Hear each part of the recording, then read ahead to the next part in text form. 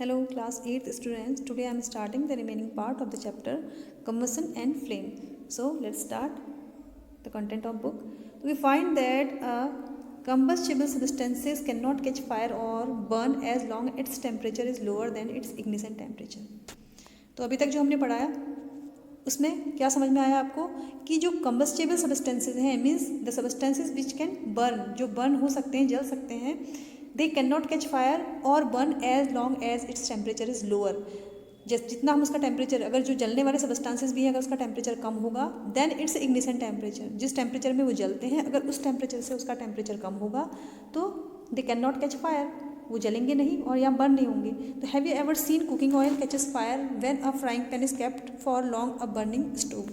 तो क्या आपने कभी देखा है कि अगर काफ़ी लंबे समय तक हम किसी फ्राइंग पैन को गैस में रखते हैं और उसमें ऑयल रख देते हैं, देखा होगा आई थिंक आपकी मदर कभी कभी करती हैं गैस में ऑयल रख के और उसको भूल गए काफ़ी थोड़े लंबे समय तक अगर बर्निंग स्टोव पर रह जाता है तो क्या होता है, इट कैचेस फायर इटसेल्फ, इसमें अपने आप ही आग लग जाती है.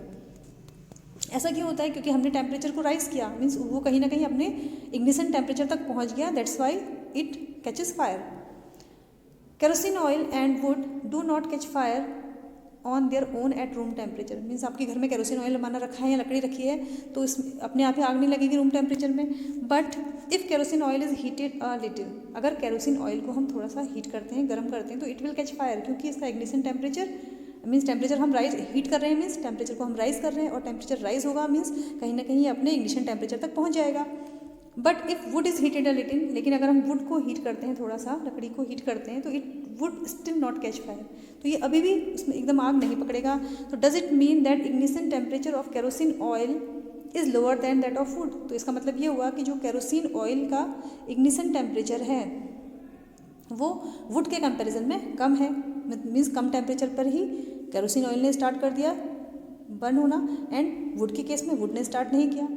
तो does it mean that we need to take special care in storing kerosene oil. तो इसका मतलब ये भी हुआ कि जो केरोसिन ऑयल है उसको स्टोर करने में हमको स्पेशल केयर की ज़रूरत होती है. यस ऑफ कोर्स, क्योंकि जो केरोसिन ऑयल है उसका इग्निशन टेम्परेचर कम है इन कंपैरिजन ऑफ वुड, तो इसलिए गर्म प्लेसेस में हम उसको नहीं रखेंगे. The following activity shows that it is essential for a substance to reach ignition temperature to burn. This is very important point to note.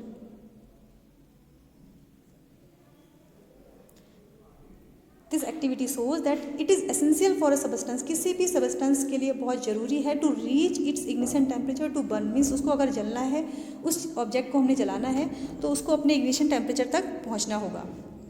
We can understand it with an activity. Caution be careful while handling burning candle. तो burning candle को अगर आप use कर रहे हैं तो because it can harm you. Make 2 paper cups by folding a sheet of paper, as you can see in the figure. हमने क्या किया, इसमें शीट ऑफ पेपर को फोल्ड किया, उसके द्वारा 2 पेपर्स कप टाइप के बना दिए हमने, as you can see here. Pour about 50 ml of water in one of this cup. अब इसमें लगभग 50 ml हमने पानी डाल देना है. Similarly you can see paper का कप बना है, उसमें हमने पानी रख दिया. Heat both the cup separately with a candle. अब इन दोनों कप्स को, paper cup and both cups are made up of paper, but although it has the water, it has not water. तो व्हाट डू यू ऑब्जर्व? तो ये observation तो आप बिना करे एक्टिविटी को बता सकते हो कि क्या होगा.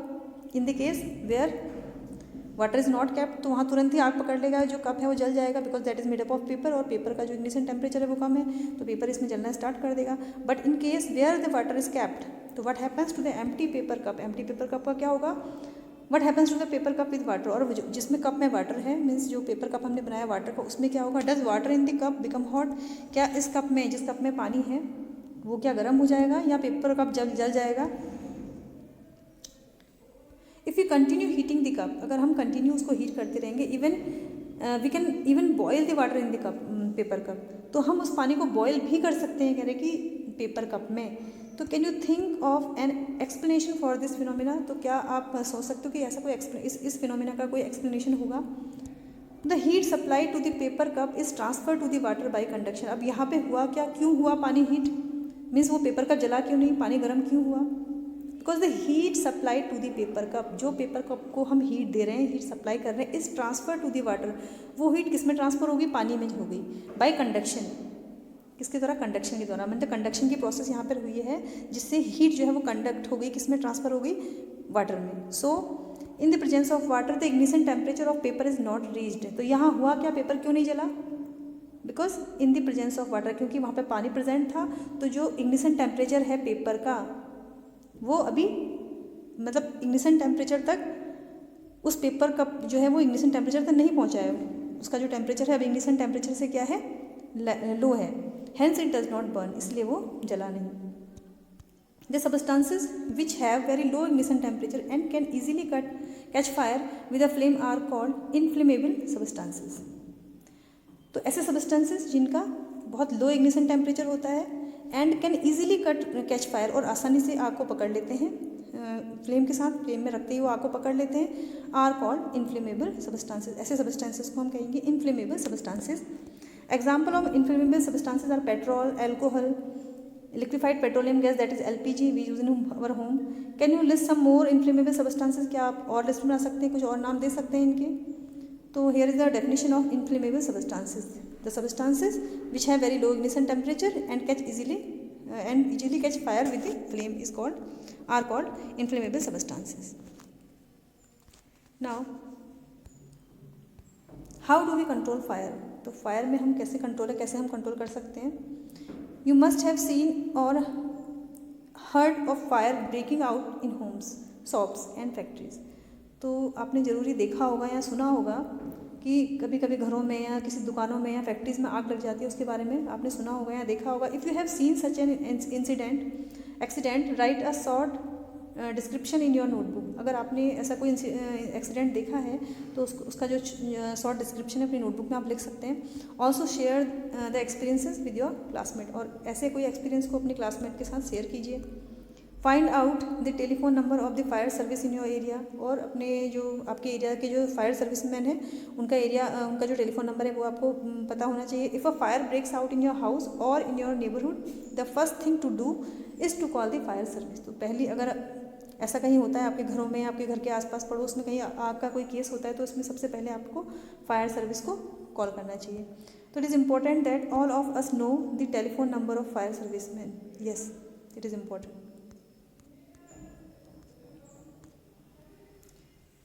डज योर सिटी और town have a fire brigade station? क्या आपके सिटी या टाउन में कोई फायर ब्रिगेड का स्टेशन है? When a fire brigade arrives what does it do? जब फायर ब्रिगेड की कोई टीम आती है तो क्या करती है सबसे पहले?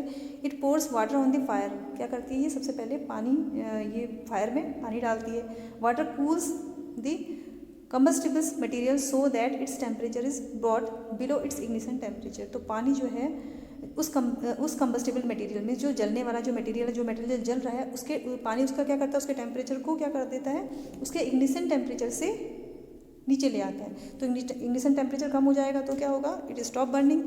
तो this prevent the fire from spreading. तो इससे क्या होगा, जो फायर है वो फैलने से बच जाएगी। तो water vapour also surround the combustible material, और जो वाटर वेपर है वो भी कंबस्टेबल मटेरियल के चारों ओर उसको सराउंड कर लेते हैं। तो help in cutting of the supply of air, जिसकी वजह से एयर की जो सप्लाई है वो हट जाती है। So the fire is extinguished, और इसी तरीके से फायर जो है वो बुझ जाती है, आग जो है वो बुझ जाती है। You have learn that there are 3 essential requirements for producing fire. तो आपने पढ़ा होगा कि 3 एसेंशियल रिक्वायरमेंट होती हैं फायर को प्रोड्यूस करने के लिए, मतलब आग को पैदा करने के लिए। तो कैन यू लिस्ट 3 रिक्वायरमेंट? तो क्या आप लिस्ट कर सकते हो 3 रिक्वायरमेंट्स को, कौन कौन से हमारी ज़रूरत होती है आग लगाने के लिए? These are fuel. तो इसके लिए हमको चाहिए fuel. Fuel means that is kerosene, petrol, anything. And air to supply oxygen, और एयर इसलिए चाहिए कि without presence of air we can not burn anything, कोई चीज़ जल नहीं सकती। You have seen in the activity. And heat, और उसके लिए हीट भी चाहिए to raise the temperature of the fuel beyond the ignition temperature. तो हीट का जो काम होगा क्या होगा? Raise the temperature, heat temperature को बढ़ाएगी उस फ्यूल के इग्निशन टेम्परेचर के बियॉन्ड। तो fire can be controlled by removing one or more of these requirements, और फायर को कंट्रोल कर सकते हैं इनमें से bye removing one or more of these requirement, इनमें से किसी भी रिक्वायरमेंट को रिमूव करके। तो the job of a fire extinguisher is to cut off the supply of air और bring down the temperature of fuel और बोथ। तो जो मेन जॉब है फायरमैन की क्या होती है? To extinguish, to cut off the supply of air. तो क्या करता है वो? मीन्स आग और उस जो भी सब्सटेंस जो जल रहा है उसके बीच में और उस सब्सटेंस के बीच में जो एयर की जो सप्लाई है उसको कट कर देता है, या फिर क्या करेगा, उसका जो टेम्परेचर है उसको कम कर देगा, उसका जो टेम्परेचर है उसको इग्निशन टेम्परेचर से कम कर देगा। तो इग्निशन टेम्परेचर से कम होने के कारण क्या होगा, it can not burn then, और बोथ, ये दोनों चीज़ें कर सकता है simultaneously. Note that the fuel in most cases can not be eliminated. तो ज़्यादातर केसेस में जो फ्यूल है उसको हम एलिमिनेट नहीं कर सकते, उसको हटा नहीं सकते। If for instance a building catches fire the whole building is a fuel. तो मान लीजिए कि अगर कोई बिल्डिंग आग को पकड़ लेती है तो पूरी बिल्डिंग ही यहाँ पर एक फ्यूल है। नाउ टाइप्स ऑफ कंबशन, तो कंबशन के टाइप हम पढ़ेंगे नाउ। तो ब्रिंग अ बर्निंग मैचस्टिक और a glass lighter near a gas stove in the kitchen. तो लाइए एक जलती हुई मैचस्टिक या कोई गैस लाइटर किसी गैस स्टोव के पास अपने किचन में। Turn on the knob of the gas stove. अब जैसे ही आप गैस स्टोव की नॉब को टर्न ऑन करेंगे तो व्हाट डू यू ऑब्जर्व, क्या ऑब्जर्व करेंगे? Here is a question, do not handle the gas stove yourself, ask your parents to help. Yes of course, because you can harm yourself, you can burn yourself. We find that the gas burns rapidly and produces heat and light. हम पाते हैं यहाँ पर जो gas है वो rapidly, बहुत तेज़ी से बर्न होती है, and produces heat and light, और क्या प्रोड्यूस करती है, heat and light. Such combustion is known as rapid combustion. तो ऐसे कंबशन को हम रैपिड कंबशन कहते हैं। These are substances like phosphorus which burn in air at room temperature. तो कुछ सबस्टांसेज हैं जैसे फॉस्फोरस जो कि जल सकता है एयर में एट रूम टेम्परेचर में ही ये बर्न हो सकता है। तो type of combustion in which a material suddenly burst into flames. तो ऐसा कंबशन जिसमें कोई मटेरियल अचानक ब्रस्ट हो जाता है, और किसमें, फ्लेम्स में, मतलब तुरंत ही उसमें आग लग जाती है, without the application of any apparent cause, is called spontaneous combustion. तो ऐसे कंबशन को हम बोलते हैं स्पॉन्टेनियस कंबशन। तो ऐसा कंबशन जिसमें कि कोई भी मटेरियल सडनली ब्रस्ट हो जाता है फ्लेम्स में बिना किसी चीज़ के, किसी अपरेंट कॉज को अप्लाई किए, that is known as spontaneous combustion. Spontaneous combustion of coal dust has resulted in many disastrous fire in coal mines।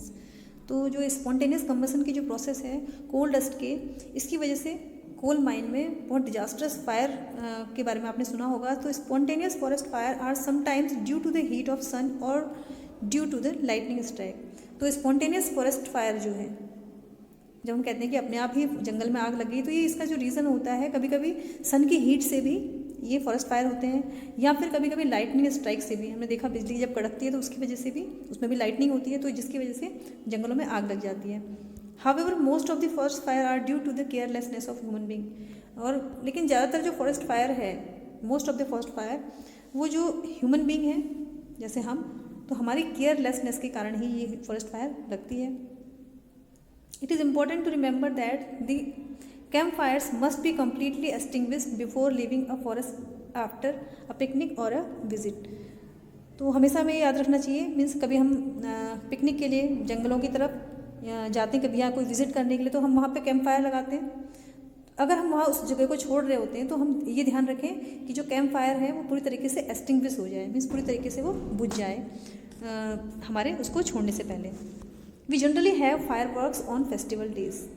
तो हमने देखा होगा festival days like in Deepavali हम क्या करते हैं, फायर वर्क्स करते हैं, मीन्स पटाखे जलाते हैं। तो when a cracker is ignited a sudden reaction take place with a evolution of heat, light and sound. को जलाते हैं, किसी पटाखे को जलाते हैं तो क्या होता है, उसमें एक सडन रिएक्शन होती है, तुरंत एक रिएक्शन होती है जिसकी वजह से हीट, लाइट और साउंड का एवोल्यूशन होता है। मीन्स हम देखते हैं वहाँ पे हीट रिलीज होती है और लाइटिंग हम देखते हैं उसमें, और साउंड का भी प्रोडक्शन होता है। A large amount of gas formed in the reaction is liberated. और बहुत ज़्यादा अमाउंट में गैस का फॉर्मेशन भी होता है जब ये रिएक्शन होती है, तो उसका लिबरेशन भी होता है। तो such a reaction is called explosion. तो ऐसी रिएक्शन जिसमें heat, light, sound and also gas, इन तीनों चीज़ों का फॉर्मेशन होता है, तो then we can say this is the explosion. तो explosion can also take place if pressure is applied on the cracker. और एक्सप्लोजन तब भी होता है जब किसी क्रैकर में प्रेशर अप्लाई होता है, मीन्स हम उसमें अगर प्रेशर अप्लाई करेंगे तो भी एक्सप्लोजन की प्रोसेस होती है। Now flame, what is flame? Now observe an LPG flame. किसी एलपीजी फ्लेम को ऑब्जर्व कीजिए। Can you tell the colour of the flame? क्या आप उसके कलर, फ्लेम के कलर को बता सकते हो?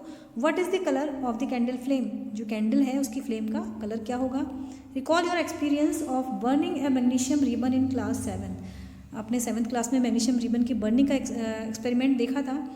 तो if you do not have experience of burning the remaining items in table 6.2 you can do it now. अगर आपने जो रिमेनिंग आइटम्स हैं दैट इन टेबल 6.2 इनके बर्निंग का एक्सपीरियंस ना किया हो तो अभी आप कर सकते हैं. These are the material: candle, magnesium ribbon, camphor, kerosene stove, charcoal etcetera. तो आप इन सबको बर्न करके इनके जो रिएक्शन है you can see the reactions and record your observation and mention whether on burning the material form a flame और not. तो अपने ऑब्जर्वेशन को रिकॉर्ड भी कीजिए कि बर्न करने पर इन मटेरियल को आप जब बर्न करेंगे तो फ्लेम का जो फॉर्मेशन है वो होगा या नहीं. Now structure of a flame. तो फ्लेम का स्ट्रक्चर कैसा है that we will understand with an activity. Light a candle, hold a 4 to 5 centimeter long thin glass tube with a pair of tongues and introduce it one end in the dark zone of a non-flickering candle flame, as in figure you can see 6. This is the figure, you can see the figure. Here is the flame of kerosene lamp, this is the flame of kerosene lamp, and this is flame of candle, and this is the flame of Bunsen burner. Now bring the lighted match stick near the other and of the glass tube. अब हम जो glass tube को pair of tongue की help से जो हमने पकड़ा हुआ है, similarly you can see in the figure. तो यहाँ पे हमने पेयर ऑफ टंग्स की हेल्प से इस ग्लास ट्यूब को पकड़ा हुआ है. उसके एक एंड पे हम जो डार्क जोन है उस एंड पर हम मैच स्टिक, जलती हुई मैच स्टिक ले जाते हैं. To you see a flame caught at this end of the glass tube after a while. तो कुछ देर बाद आप देखोगे इस ग्लास ट्यूब के एंड पर जो मैच स्टिक है उसमें आग पकड़ लेती है वो match stick. If so what is it that produces a flame. अगर ऐसा होता है तो वट इज इट, ये क्या है जिसकी वजह से फ्लेम प्रोड्यूस हुई. Notice that the wax near the heated wick melt quickly. अब ये नोटिस कीजिए जो वैक्स है नियर द हीटेड विक, जो कैंडल की जो बत्ती है उसके पास की जो वैक्स होती है वो जल्दी जल्दी से मेल्ट होती है. आपने देखा होगा as a liquid it fall down, liquid की तरह वो गिरती रहती है. So the substance which vaporise during burning gives flame. तो ऐसा सबस्टेंस जो कि बर्निंग के दौरान में वेपोराइज होता है इट गिव द फ्लेम, वो फ्लेम देता है. For example kerosene oil and molten wax rise through the wick and are vaporise during burning and form flames. तो फॉर एग्जाम्पल हम समझ सकते हैं इसको केरोसिन ऑयल या कोई भी मोल्टन वैक्स जो है इट राइजेज. अब ये राइज करता है. हमने देखा जो विक है, विक हम मीन्स जो केरोसिन की जो बत्ती है आप देख सकते हो, सॉरी जो कैंडल की जो बत्ती है ये विक दिस इज. तो इसमें जो वैक्स है वो राइज कैसे करेगा, इसके अंदर राइज करता है. That is why the flame is continuing. तो कंटिन्यूस जो फ्लेम है वो देते रहता है. तो जो केरोसिन ऑयल है जो और जो मेल्टन वैक्स है वो राइज करता है उस विक के थ्रू, उस विक के थ्रू ऊपर की ओर को वो राइज करता है और वेपोराइज होते रहता है जिस समय वो बर्न होता है और जिसकी वजह से फ्लेम का फॉर्मेशन होता है. Charcoal on the other hand does not vaporise and so does not produce a flame. अब in the case of charcoal, charcoal के केस में क्या होता है, इट डज नॉट वेपोराइज. यहाँ पे वेपोराइजेशन की प्रोसेस नहीं होती, इसीलिए that is why the charcoal does not produce a flame. इसलिए चारकोल में हमने देखा कि फ्लेम का प्रोडक्शन नहीं होता.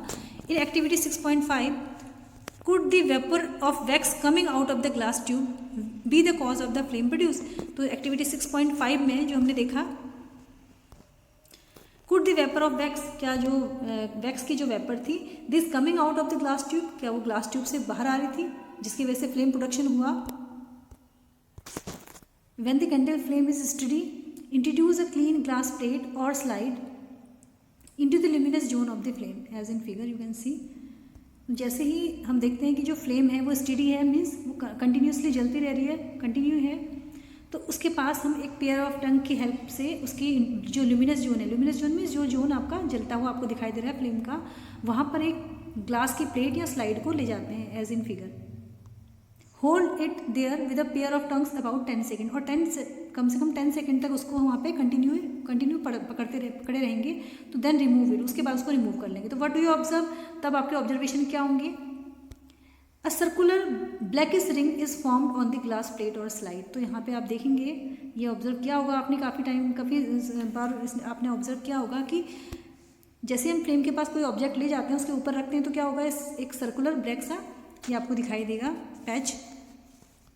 इस ring is formed on the glass plate. This indicate the deposition of unburn carbon particle present in the luminous zone of the flame. तो ये इंडिकेट करता है, this indicate the deposition of unburn carbon particle. इसका मतलब यहाँ पे complete combustion नहीं हुआ है, कंप्लीट कंबशन नहीं हुआ है, जिसकी वजह से कुछ अनबर्न कार्बन के पार्टिकल हैं जो नहीं बर्न हुए, that are depositing on the plate. Now hold a thin long copper wire just inside the non-luminous zone of a flame about 30 seconds as in figure. So you can see in the figure 6.12. With the pair of tongues, hold a copper wire and keep it above the flame. Notice that portion of copper wire just outside the flame get red hot. तो इसमें ये notice करेंगे कि जो copper wire है उसका outside, just outside the flame is get red hot. तो ये जो है, जो फ्लेम का आउटसाइड पोर्शन है वो, उसकी वजह से जो कॉपर वायर है वो रेड हॉट हो जाता है, मीन्स गर्म हो जाता है। तो does it indicate that non luminous zone of the flame has a high temperature. तो क्या ये इंडिकेशन है कि नॉन ल्यूमिनस जोन, जो फ्लेम का नॉन ल्यूमिनस जोन है, मीन्स नॉन ल्यूमिनस मीन्स जिसकी अपनी लाइट नहीं, जहाँ पे लाइट कम है, तो that is a high temperature. क्या उसका टेम्परेचर हाई होता है? In fact this part of the flame is hottest part. तो वास्तव में जो ये पार्ट है फ्लेम का, that is the hottest part, as you can see in the figure 6.13। This is the hottest part, this is outer zone of the flame. ये flame का outer zone है, this is the outer zone, and here is the complete combustion of the flame take place.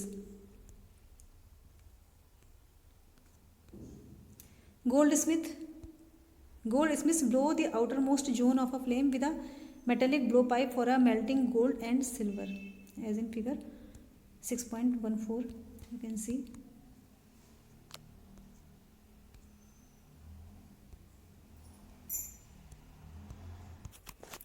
Why do they use the outermost zone of the flame? तो why do the goldsmith use the outermost zone of the flame? वो flame के outermost zone का use क्यों करता है? किसी object को melt करने के लिए। As you can see here, blacksmith is using the outermost zone of the flame. Flame का जो outermost zone है, एक पाइप की हेल्प से उसको ब्लो करता है, जो कि जिसकी वजह से जो ऑब्जेक्ट है जिसको हीट करना है या मेल्ट करना है वो उसको मेल्ट करता है, because the outermost zone of the flame is the hottest zone of the flame. And remaining part we will discuss in next video.